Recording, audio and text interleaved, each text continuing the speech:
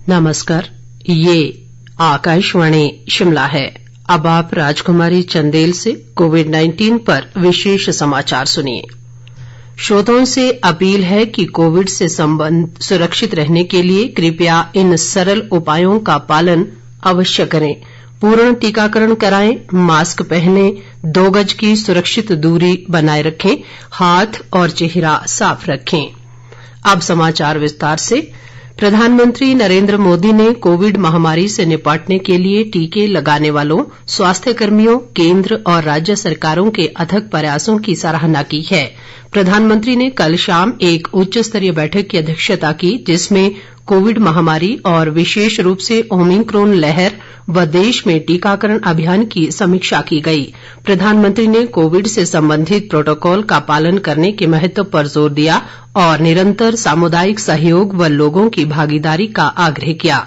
बैठक के दौरान वैश्विक परिदृश्य और भारत में कोविड की स्थिति पर विस्तृत जानकारी दी गई। टीकाकरण अभियान की दिशा में भारत के लगातार प्रयास और हाल ही की लहर के दौरान मरीजों के अस्पताल में कम भर्ती होने और कम गंभीरता व मृत्यु दर में कमी लाने में सहायता के लिए टीके की प्रभावशीलता के विश्लेषण के बारे में बताया गया।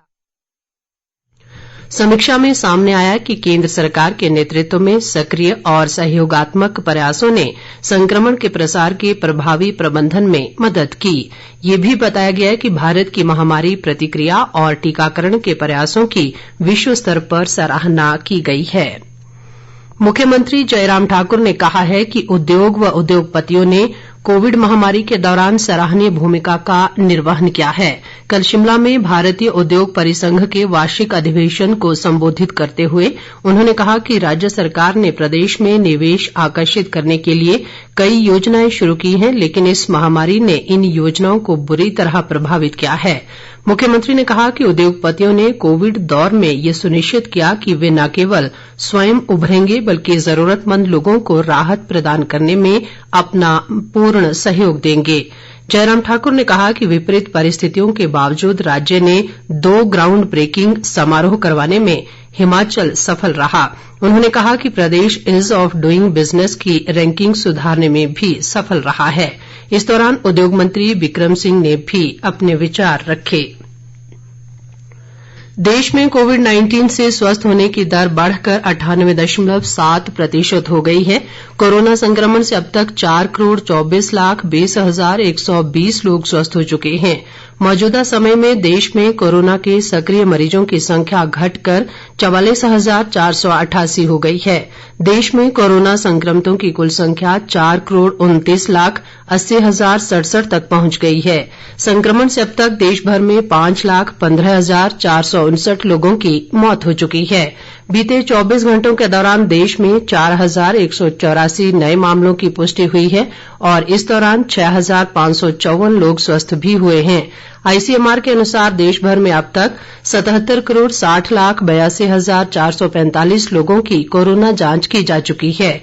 पिछले 24 घंटों के दौरान 8,73,974 कोविड नमूनों की जांच की गई। अभी तक देश भर में 1,79,53,95,649 लोगों को कोविड टीका लगाया जा चुका है।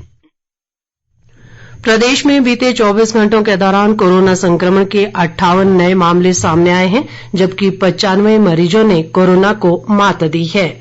प्रदेश में अब तक 2,83,894 कोरोना संक्रमित आ चुके हैं, जबकि 2,79,282 मरीज स्वस्थ हुए हैं। प्रदेश में सक्रिय मरीजों की संख्या 488 रह गई है। राज्य में कोरोना से मरने वालों का आंकड़ा बढ़कर 4,105 तक पहुंच गया है। इस बीच राष्ट्रीय कोविड टीकाकरण अभियान के तहत प्रदेश में अभी तक 1,24,35,988 टीके लगाए जा चुके हैं।